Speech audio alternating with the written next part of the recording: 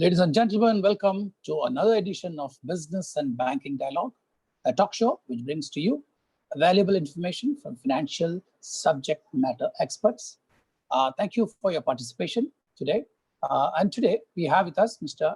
Shankar Devarashetty, who joins us all the way from London. So it's early morning for him. He will share with us the secrets of offshore world, or demystifying the offshore world, offshore companies. Shankar is the managing director of Oasis Group companies in UK. Oasis Group companies comprises of Oasis Accountants Limited, Oasis Wealth Management, Oasis Estate Planning, and Oasis Umbrella Limited, all different companies in the field of finance. Shankar is a qualified accountant and financial advisor with over 20 years of experience in finance industry. He has been advising the SME companies on compliance and tax planning. He has experience and knowledge of setting up and helping companies from growing their business until exit or listed in the London Stock Exchange. Good morning, Shankar. Welcome to Banking and Business Dialogue. Thank you. Thank you very much, Kiki. Yes, pleasure to have you, Shankar. Shankar, how's UK and Europe doing now on revival of economic activities? That's a good point. So we are facing unprecedented times at the moment in the UK, and good thing is we have very strong government, conservative government, and they're doing fantastic job helping in terms of helping companies and protecting jobs.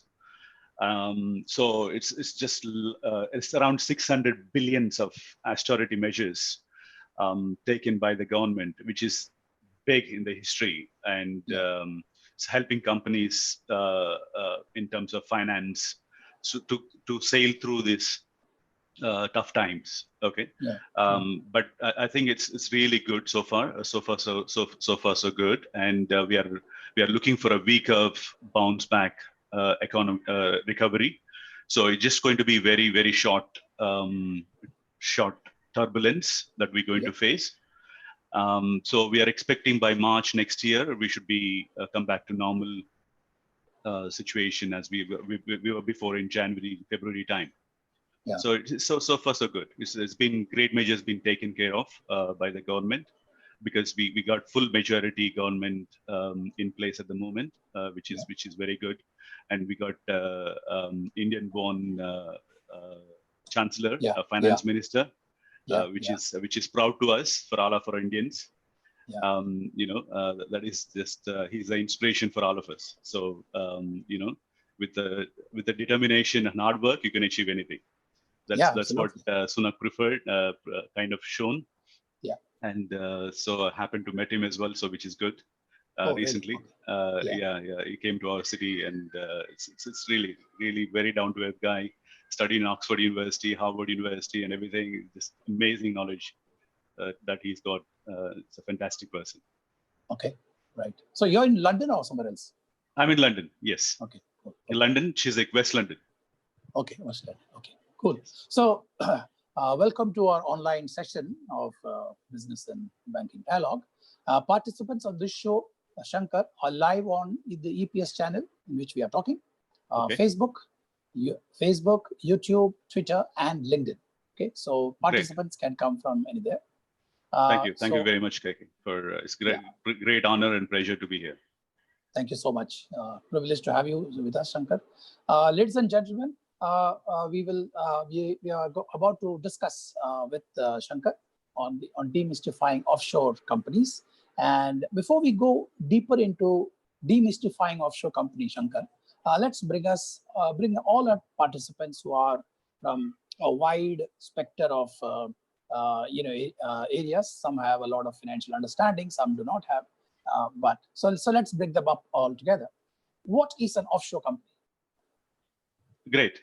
So offshore company, like many people think, oh, this is a big thing and all those stuff. It's just nothing simple. In simple terms, setting up a separate company, setting up a company in a different country from where you're living in. Okay. So for us UK residents, if I set up a company in India, that is offshore company for us. For you guys in India, if you set up a company in UK, it's offshore company for you. Okay, so that is what it is. Just setting up a company outside of your country from where you're living in. Okay, you set up a company for different reasons, for a low tax advantages or no tax advantages. Okay, availing all these tax advantages or corporate laws or or privacy laws. Okay, so different various aspects you want to look at when you're looking at setting up offshore companies. Okay, but anybody can set up a company, generally as an individual, or a company in India, or India can set up offshore company. Okay, that's nice. So any company can set up an offshore company. Yes. And so you said, my next question was to ask you who can, so you already answered. So any Yes. company or any individual can set up an offshore company. Yes. Yeah. Does it necessarily have to have a business running? Say if I want to set up a company in UK, do I have to have necessarily a business running in India? Yeah, that is a good point. You don't need to run a business to set up an offshore company. Okay, that is the main aspect of it. First, you need to understand why you want to set up a company. But generally, you can set up. Anybody can set up a company anywhere in the world, and you don't need to trade. Sometimes you want to trade, but obviously for various reasons you are unable to trade. But you can set up a company. You can have a bank account and keep it ready for whenever you want to start trading in the future. Okay. Yeah. So why would an entrepreneur feel the need to start an offshore company? Yes, that is a kind of different for everybody. Is a different reason. So generally people set up a company offshore for a tax saving purposes. That is a main that is one of the main reason people look at it. Low tax jurisdictions or zero tax country jurisdictions are out there in the world. Okay, so obviously you need to you need to understand why you want to set up a company, and some companies want to diversify their business. Okay, yes, so diversify, like their holding companies, rather than just setting up and you don't want to put all your eggs into one basket, right? So you want to set up companies all over the different countries and diversify your business portfolio or diversify your holdings of your money. So if you're keeping all the money into one country, say example Dubai, so it could obviously it's not a stable country, and it's a kind of monarch situation. It's not a democratic country. So you don't want to keep all your money there. Okay, so they could change the rules whenever they want. Okay, so you could lose all your money. Okay, just like that. And some people think they want secrecy. Okay, so that is a very common reason why people set up companies offshore, like especially for so that you've seen so many Indians got offshore accounts, like in Singapore or Switzerland. So like the Swiss banks, like it's a common topic everybody talk about, Swiss bank accounts. So the reason they are popular is because the secrecy laws that they have. Okay, of course they have tax advantages as well, but the main thing is the tax secrecy laws that they have. Okay, but they're again now they are coming under UK and US laws that they have to share the information with those countries. So it's the popularity is slowly diminishing of the secrecy laws. Say example, if you look at one more country called Nevis. So this has got different laws where you can set up a company there, and you can have a nominee shareholders, bearer directors, bearer shareholders. So you don't need to disclose your identity as who is your actual person setting up the company. So if I'm setting up a company in Nevis, I don't need to disclose. I can appoint a local director, local shareholder, as a nominee, but actually indirectly I'm the person controlling that company and holding all the money is mine. Okay, so those secrecy laws are the main important aspect of is been main important aspect of offshore company structures. And one more reason is ease of international operations. So obviously in India, if you want to transfer money funds outside, that is the reason we deal with a lot of Indian companies setting up in UK. This is because the main reason is this. So just free ease of international operations. You can transfer money anywhere and no restrictions apply.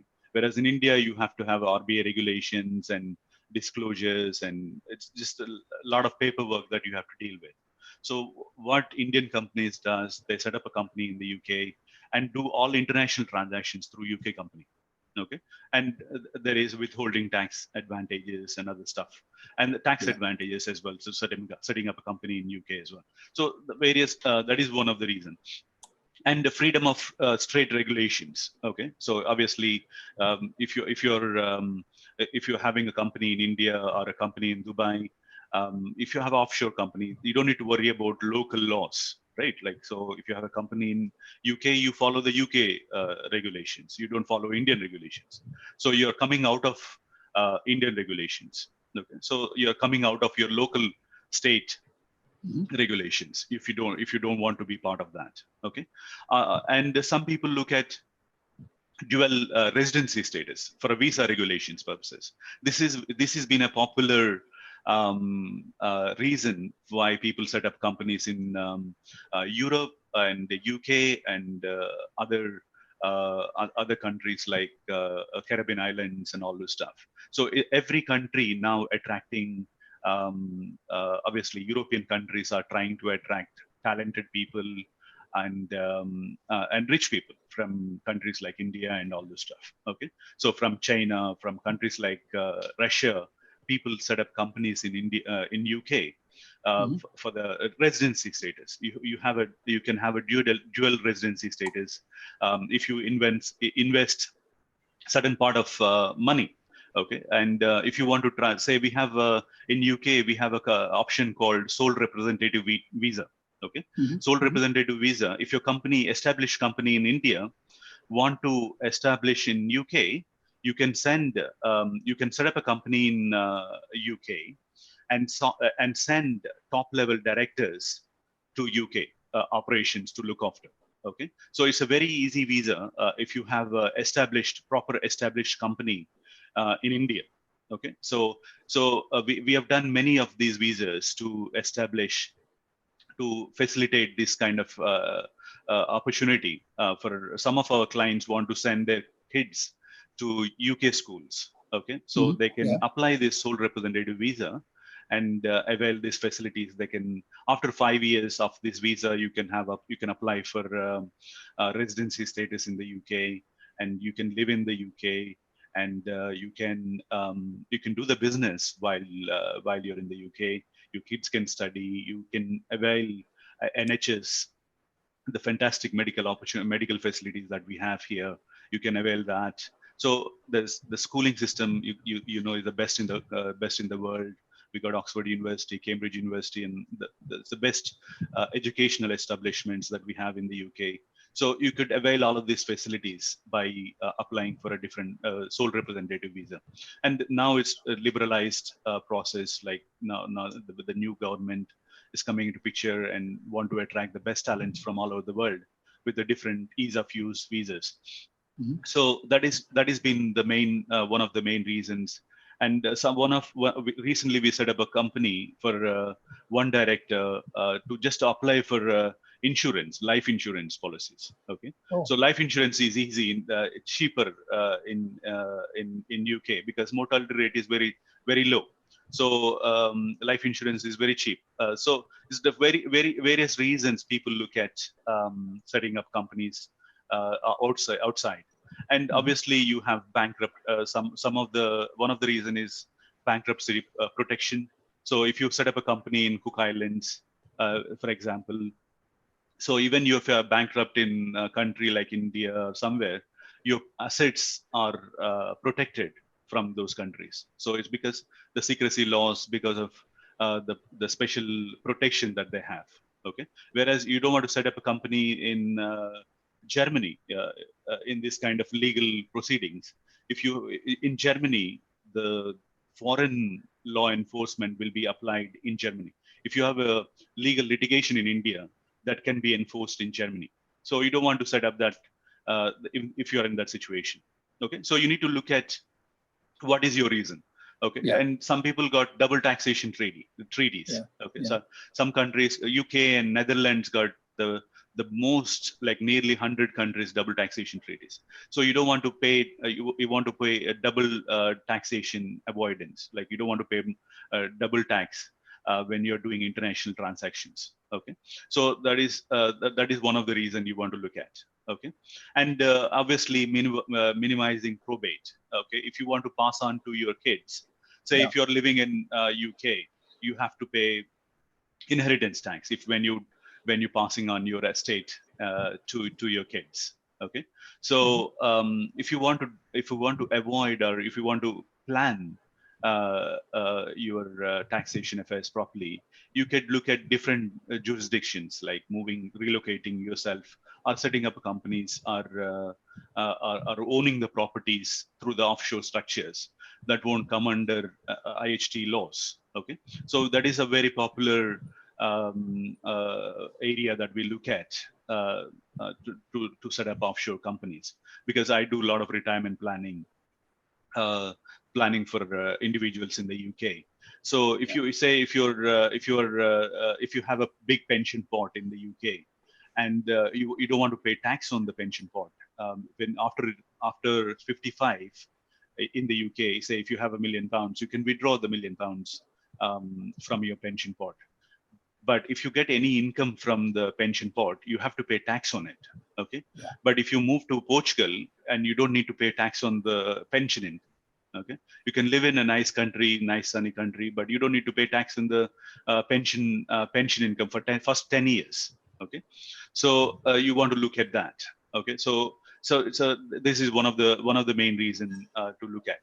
And some people, the one of the major reason we look at companies who want to take the companies to the listing and raise finance. This has been a popular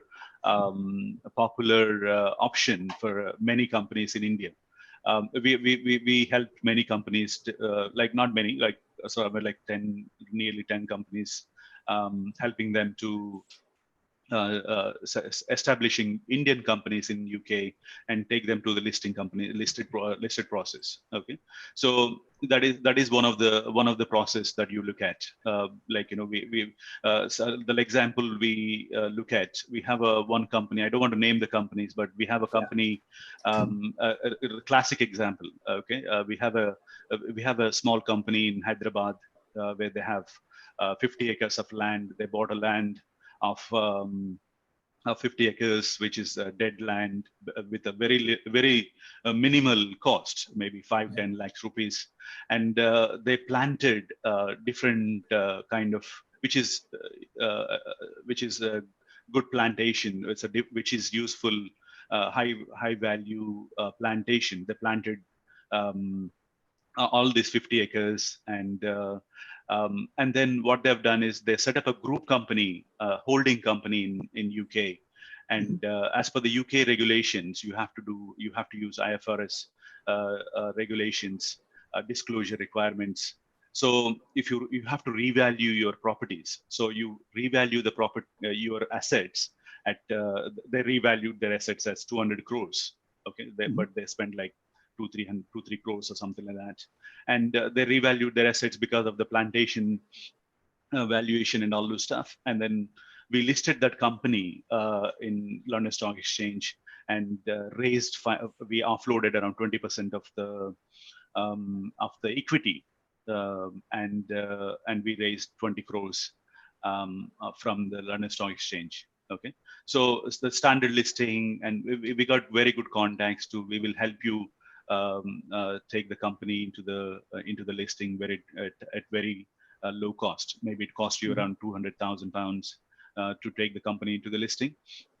So, but the advantages are huge. It's the main finance advantages. You can raise finance. So your options are, of course, you can raise finance in India listing process as well, but your options are open if you list it in London Stock Exchange or New York Stock Exchange in other countries. So if you look at Netherlands got a very good financing system. It's a very low rates of financing system, ease of option, getting the finance options. So that is one of the reasons you want to set up company in Netherlands. So raising finance is one of the key aspects when you're looking at offshoring your companies.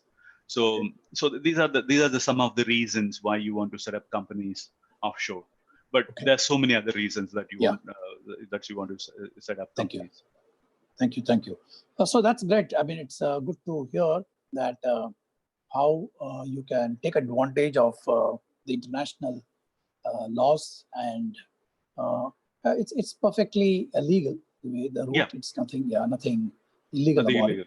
Yes, agreed. So besides setting up an offshore company outside for business purposes, it could also be for tax. Take advantage of tax secrecy, withholding tax, maybe visa requirements, etc. So these are all various things. But suppose a country in India is setting up somewhere in, let's say, Netherlands. Okay, do they have to? There is a lot of approval that companies are requiring, like in RBI. It will be the overseas. Any overseas investment requires RBI approval. So, are there any statutory requirements for setting up offshore company?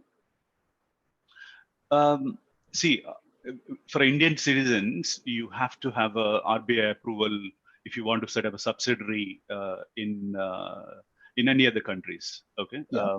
So there's a strict guidelines of RBI rules are there, FEMA rules and transfer pricing regulations that you have to follow in order to set up companies in offshore.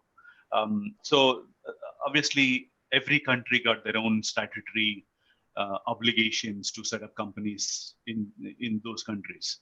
So, but every country you have to have a statutory obligation of having one director, one shareholder, and minimum share capital requirements, minimum shares requirements. So it depends on country you're looking at that they have their own statutory requirements. But yeah, obviously UK is it's again very easy to set up. You can set up a company in UK with one shareholder, one director, and with £1 or £100, or even with that kind of regulations that we have in UK.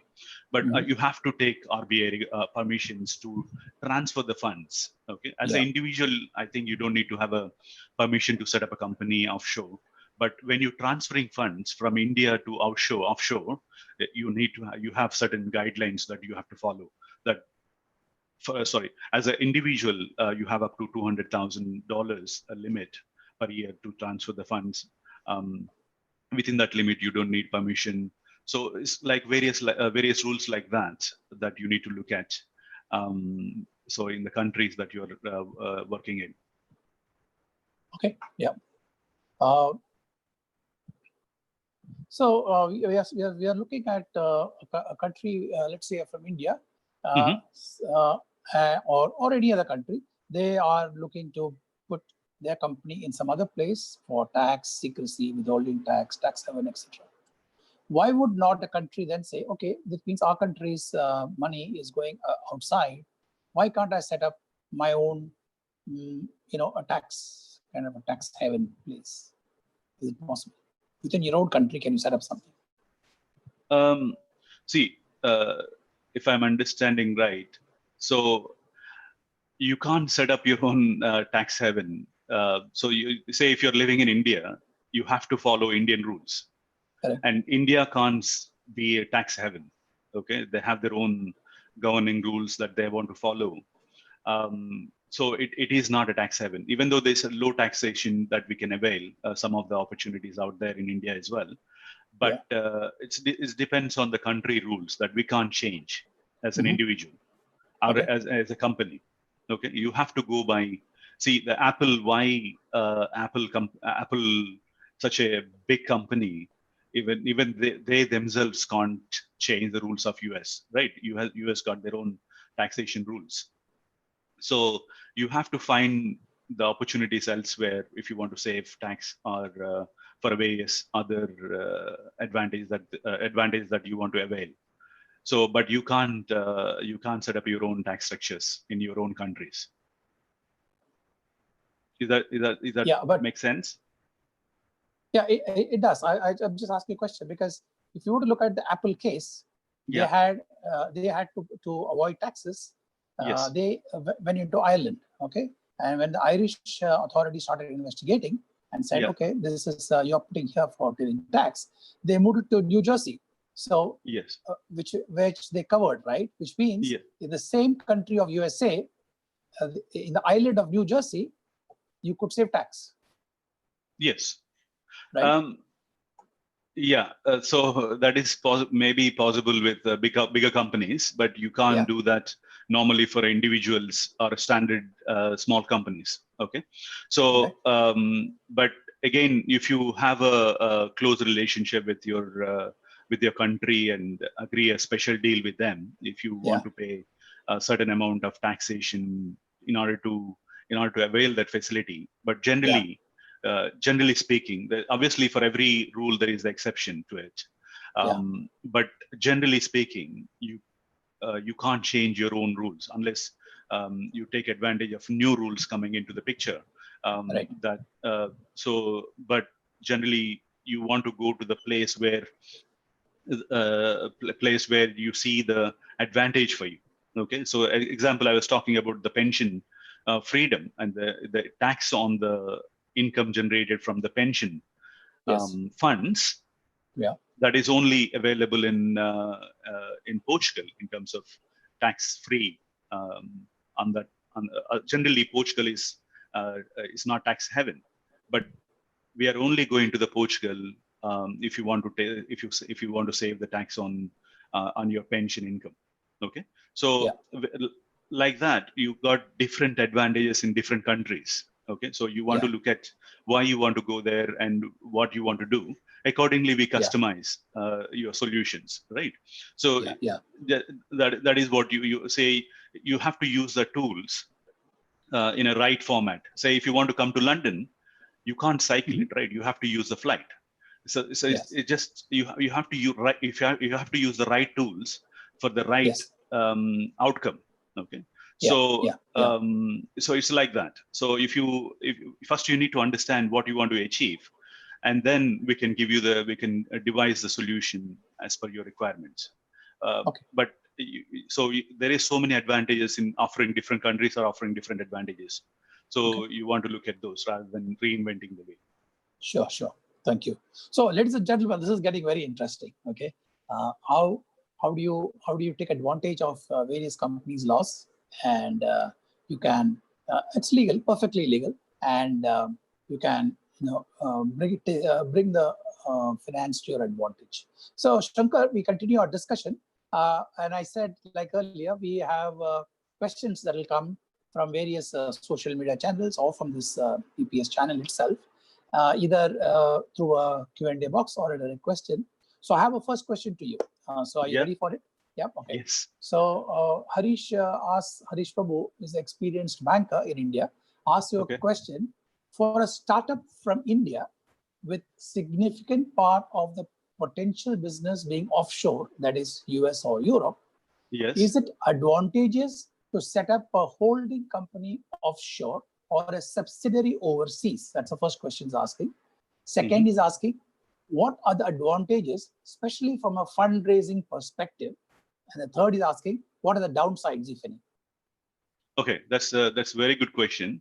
So that is this is one of the reasons we see recently Indian companies coming over to UK or Netherlands So there's a lot of startups from India, tech startups mainly. We are looking at the moment, we are dealing with them. So the reason tech startups come to UK and Netherlands, because of the tax efficiency purposes, especially on R&D tax credits, on innovation. If you're inventing new things, Netherlands and UK is the best place to set up companies. Okay, so the reason being the facilities of options of R&D tax credits. Say example, how the R&D is research and development tax credits. So if you have a company in the UK, permanent establishment, whether it can be a group company or a subsidiary, doesn't matter. If you have a company in UK and do a R&D, like developing a new software or writing a program for autopilot cars or doing research in space. So those kind of things. If you're doing any R&D in UK, whatever the spend you have, say if you spend £100,000, the government will give you around £25,000 if you spend in UK. Okay, so its effective cost for you is only £75,000. Whereas in Netherlands, government even give you up to 65% of your total spend. Okay, so there are different schemes available to use. So you are spending that money anyway to do the research. Okay, so whether in India or whether anywhere in the world. Okay, so, but government is helping you by giving you money to do that research in UK. Okay, so that is a good advantage to take if you're inventing anything new. Okay, so that's all tech companies now recently are trying to invent new things. Okay, inventing is not like inventing a new spaceship or anything like that. Writing and you're changing the process, the way it is working at the moment, by using technology or by using a different process, anything like that. Okay, so anything is a new invention. If something new, it's a new. Okay, it doesn't need to be inventing a light bulb or anything like that. Okay, so if you do that, you get that money. Okay, that is the first question. And the second question is the finance availability. Again, as I mentioned, Netherlands and UK, there's a low interest rates facility available at the moment. We are talking about 2% interest rate if you want to borrow money from the companies, from the banks, and the banking facilities are very user friendly in Netherlands, especially Netherlands. If you want invoice financing, if you want general loans, the government grants. There's a lot of government grants at the moment. To take advantage of it, like at the moment in pandemic times in UK, government is paying 80% of the salary of the employees. 80% of the salaries. If you have employee in UK, you can use furlough schemes and paying 80% of the salary by the government. Okay, and we are talking about bounce back loans. It's first 1 year interest free. Okay, no interest charges for first 1 year. And it's only a 2% APR, 2.5% APR, or 3% APR, depends on the loan you're taking in. Okay, so it's a free money available for the people who want to work hard and develop the business. Okay, so again, in Netherlands, this invoice financing facility is very cheap, 2% APR for invoice financing, whereas in India you pay 6% to 8% APR. Okay, so there's a lot of advantages in terms of finance. Achieving finance for these countries. Why UK and Netherlands are successful? Because it's ease of use, ease of setting up companies, and you don't need to wait months and months to set up a company. You can just open the company in 2 minutes, maybe two hours. Okay, and start doing the trading. You don't need to apply for the government rules, permissions to start trading in UK. So you just set up a company, you start trading. You've got funding facility available, grants facilities available, the government facilities available. So there's good advantages. Obviously, any planning you do, there could be some disadvantages. So if you for UK and Europe, setting up companies in UK and Europe, so more advantages than disadvantages. I can't see any disadvantages being setting up in countries like UK and Europe. And so if you set up companies in Dubai, for instance, they're bringing in new laws, new regulations to transfer your funds. They just block yours. One of our client recently, had a very bad experience operating companies in Dubai. Like they're freezing their accounts for no reason. Okay, so you lost your money if you freeze. If they're freezing your accounts, you lost your money.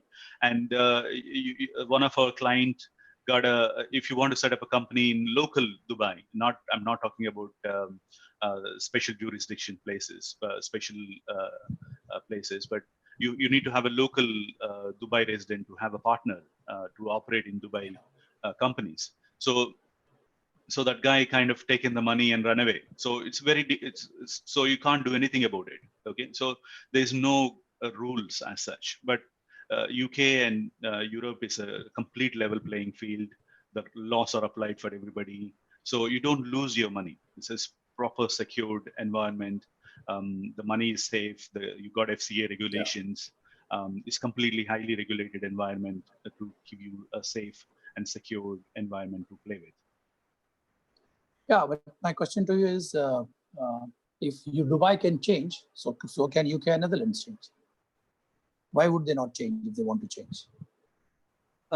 See, obviously, any country can change their rules.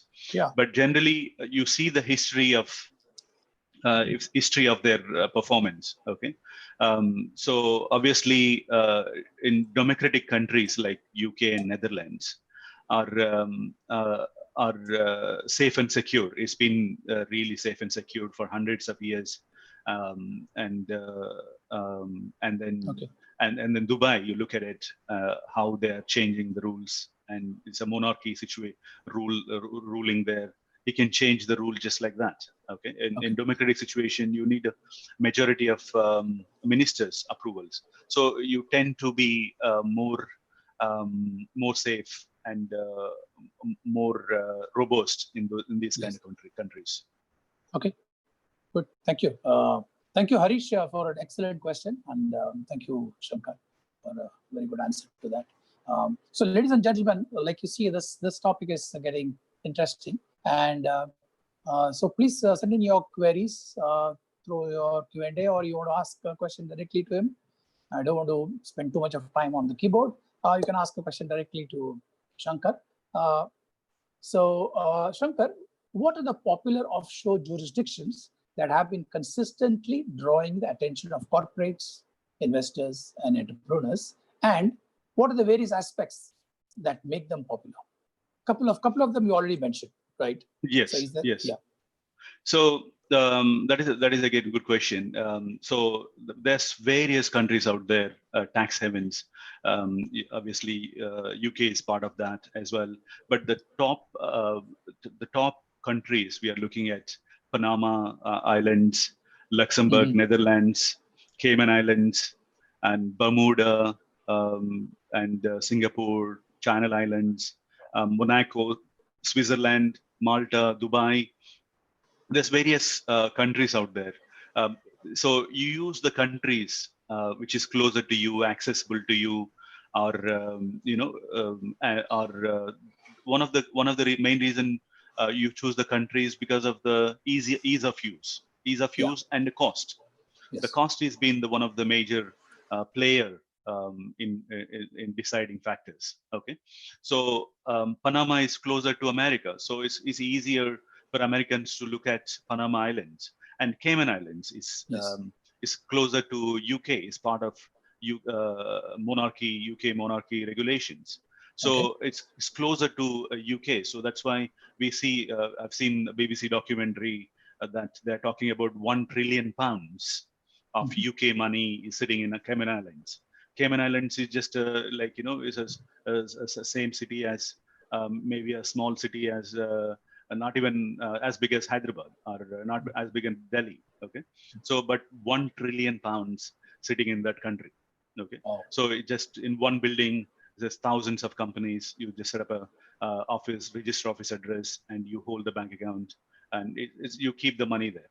Okay, so and Singapore is close to Asian countries, so and it's a very safe sound country, and the technology is good, banking facilities are good. So Singapore has been Singapore and Malaysia has been popular for Indians and Asian countries. Okay, Switzerland, again, the secrecy laws we are talking about, it's been really good. And Malta and Dubai. So again, secrecy rules and visa regulations. You can buy a passport in Cyprus, okay, with $500,000. So depends on your requirements. Depends on you can choose the country. Okay. Again, depends on the tax legislations. Depends on the finance facilities. That is why that's how you choose the country that the country you want to work with. Okay. Yeah. So if you want to save tax, then be born in countries like Panama, small companies like Panama, Luxembourg, Singapore, Malta, right? You born there, choose a destination to be born, and you're happy. Yes. So we are not that lucky at the moment, but we have still opportunity to go there and live there if you want to, or you don't need to live there as such. Okay, right.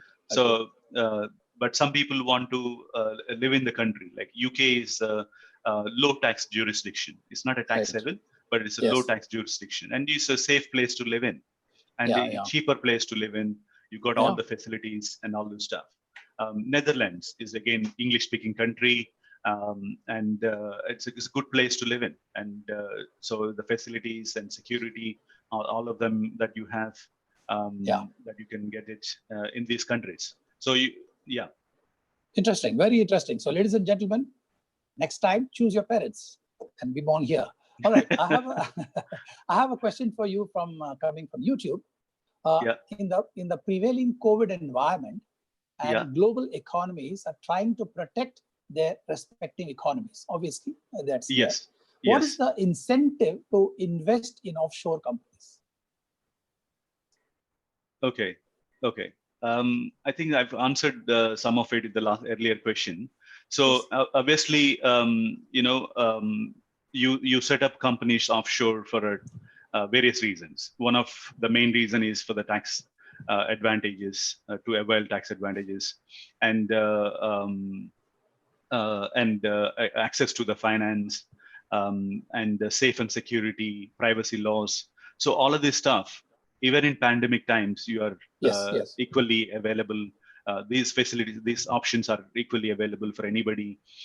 So you can avail these options even in pandemic times. Again, what is your reason you want to set up? You have to rethink why you want to set up, where you want to set up. So as advisors like us, that is what we help you to come to the right conclusion as to what is your to your problems. Okay, so what that is where we come into picture and we help you come to the right conclusion. Yeah. So I think that question needs to be reframed. So I will just reframe that. If every country is trying to protect their economies, and they know that people are investing abroad for tax haven, why wouldn't they make it not possible to invest outside, but to invest within the country so that there is flight of capital is avoided? So see, that is a good, if I'm understanding right, like obviously, so that is again it making sense to me. So if you look at US is trying to reduce their corporation taxes. Okay. India is trying to reduce their corporation tax. UK is trying to reduce the corporation tax to keep the money within those countries. Okay. Obviously, they try to do not only in this pandemic times. They're in their best interest to make sure that money stays in this country, or attracting that right capital into those countries. Okay, so that is one of the reason. See, the Apple is been trying to work with US authorities and bring their money. Outside, Apple got around maybe somewhere like 7 trillion pounds, so 7 trillion money sitting in their money outside. Okay, so so it's a big money sitting outside their own money, and it's just that to bring that money back in. So US is trying to lure them with different tax advantages, and UK, suppose UK is also trying to do that. Now we are coming out of European Union. We need to be something different and more attractable for the more attractive to the investors from foreign or within the country. We are trying to keep the companies within the country itself by giving different tax advantages. And of course, they can only do certain extent. But beyond that, if you want beyond tax advantages, you have to still, there is a still scope to use offshore companies because of zero corporation tax, zero personal tax, zero capital gains tax in these tax havens. So you can't beat those kind of tax advantages irrespective of the tax rules changes in your native countries. Okay, so again, you're coming to the point of secrecy.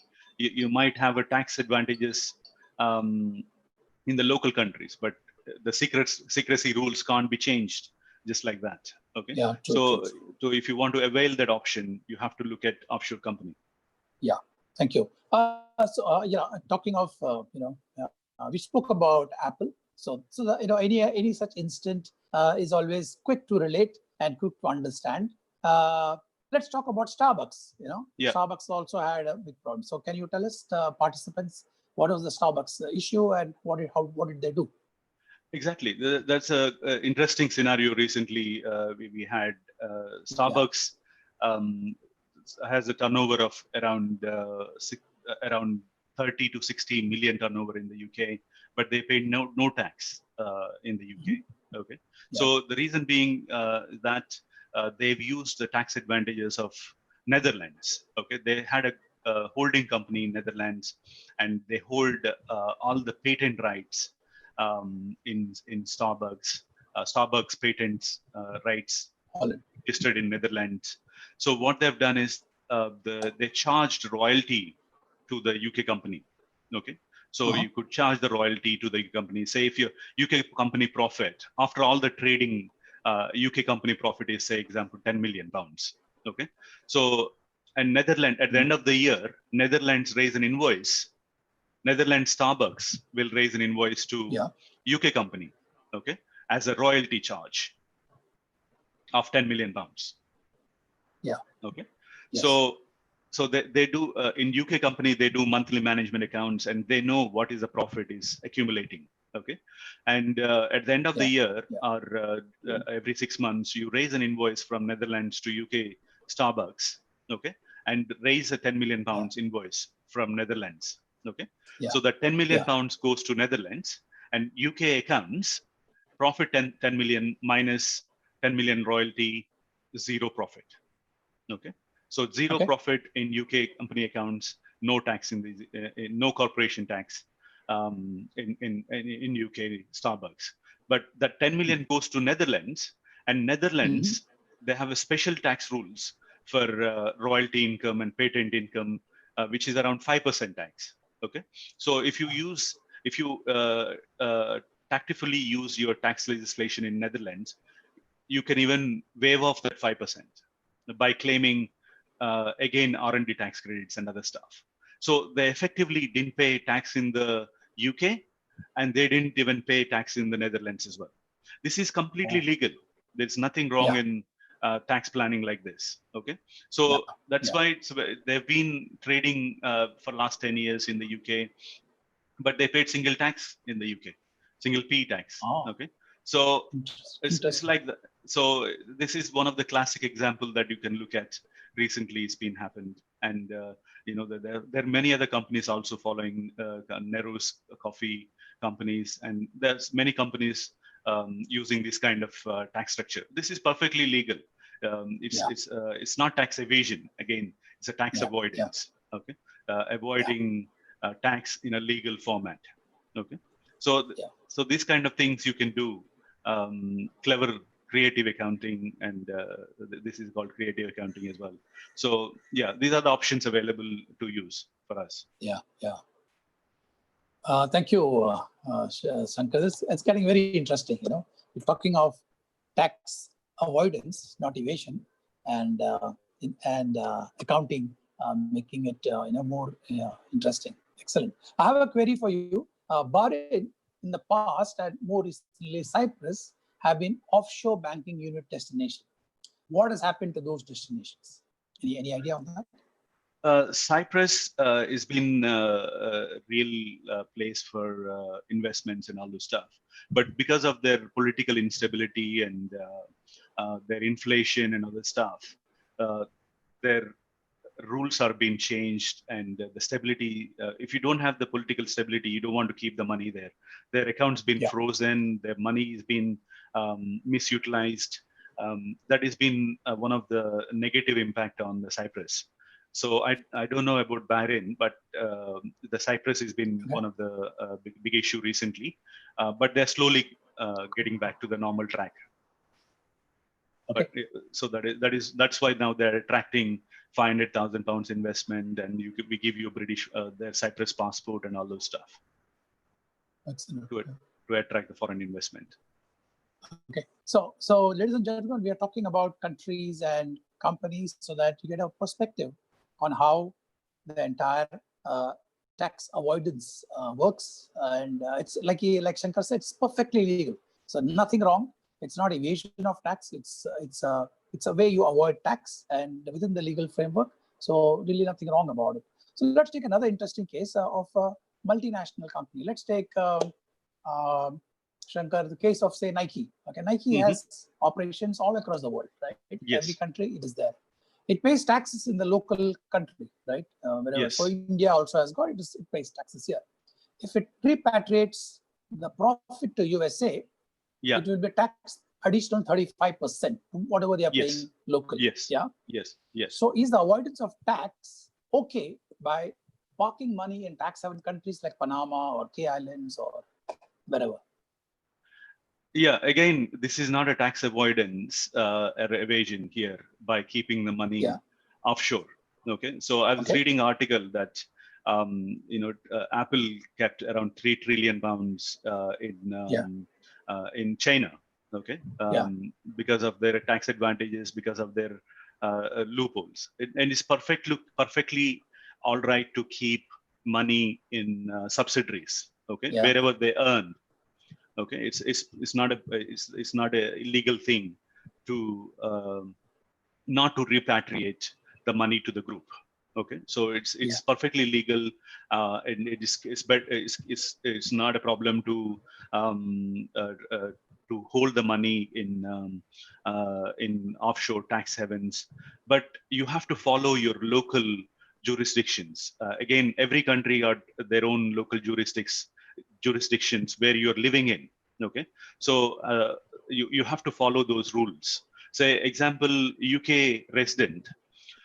Technically, you have to disclose worldwide income in UK tax return and pay UK taxes on the worldwide income, irrespective whether you earned it in UK or whether you earned it in Panama or anywhere. Doesn't matter.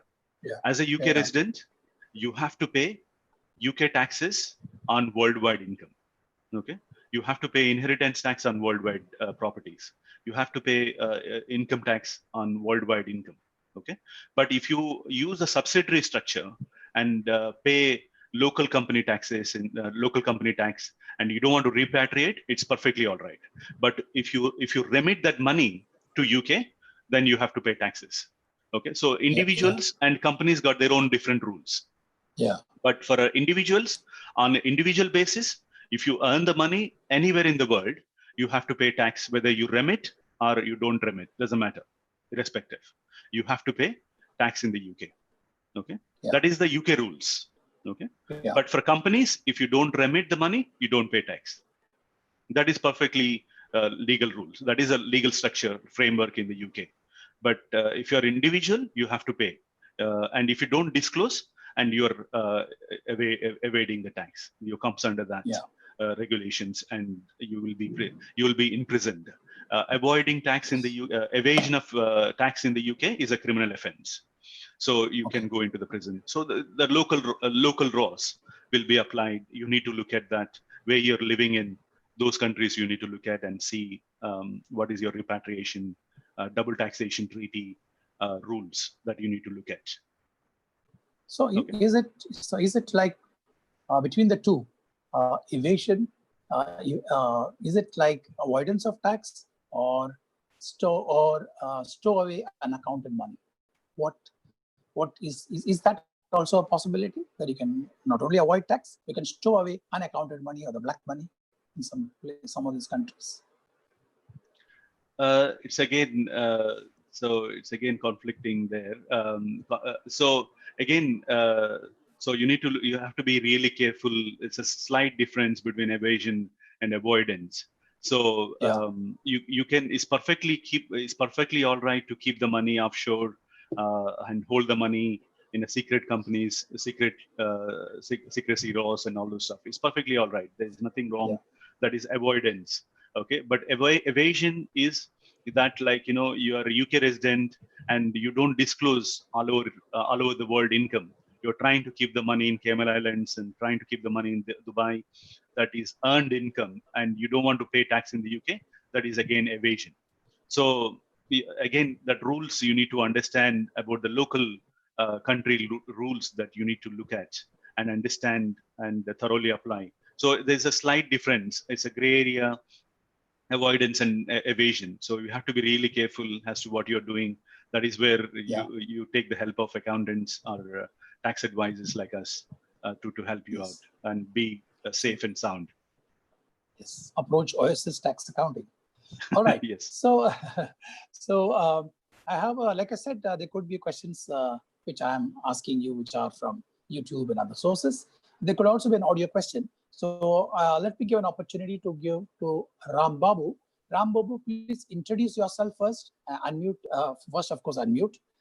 Introduce yourself and ask the question directly to Shankar.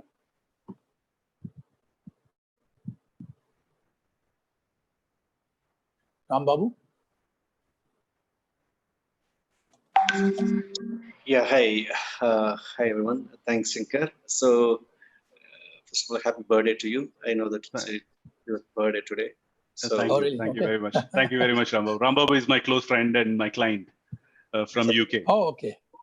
He's a very rich man from India. Oh, come on. Don't. Good morning, Ram Babu. Yes. Yeah, thanks. Yeah.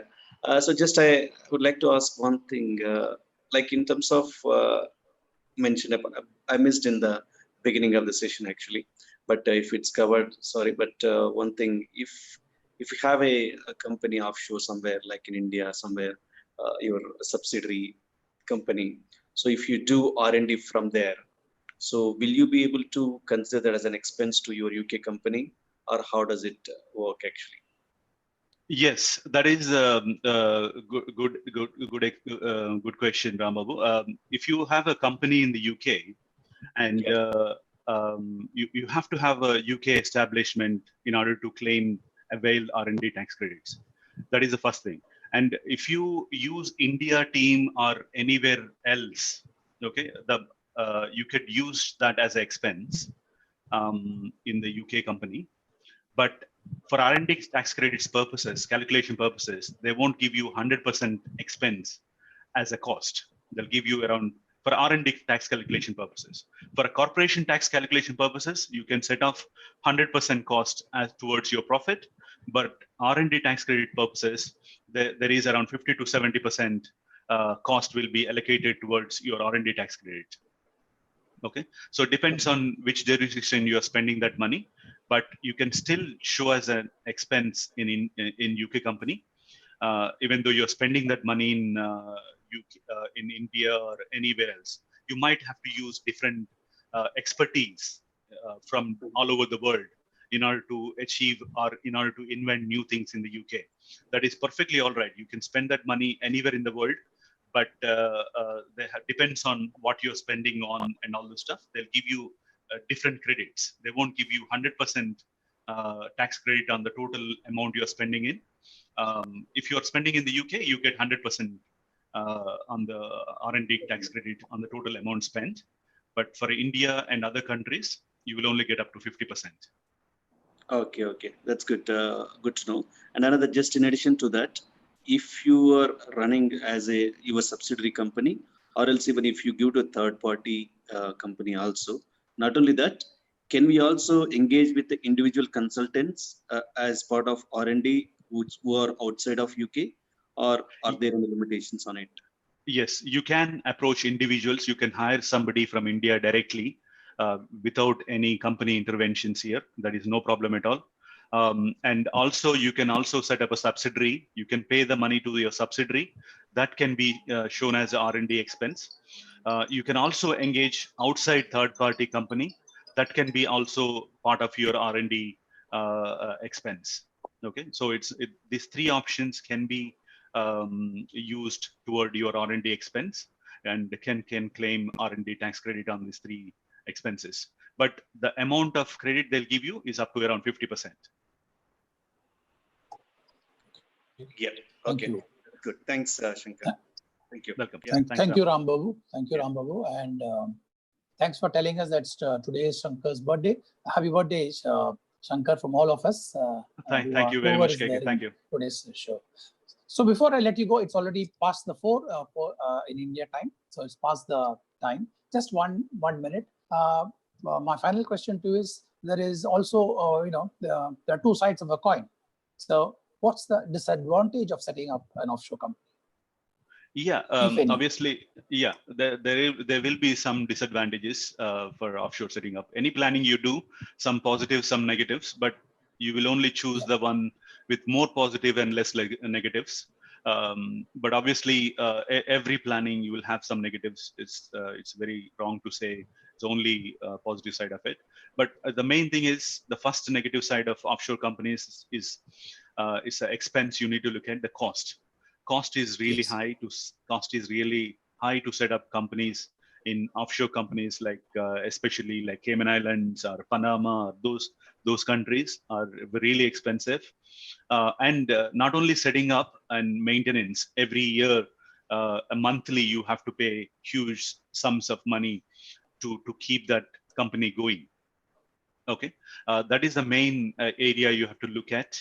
And the second thing is the remittance rules, double taxation treaty regulations. If you might have to pay tax if you remit the money to your local country.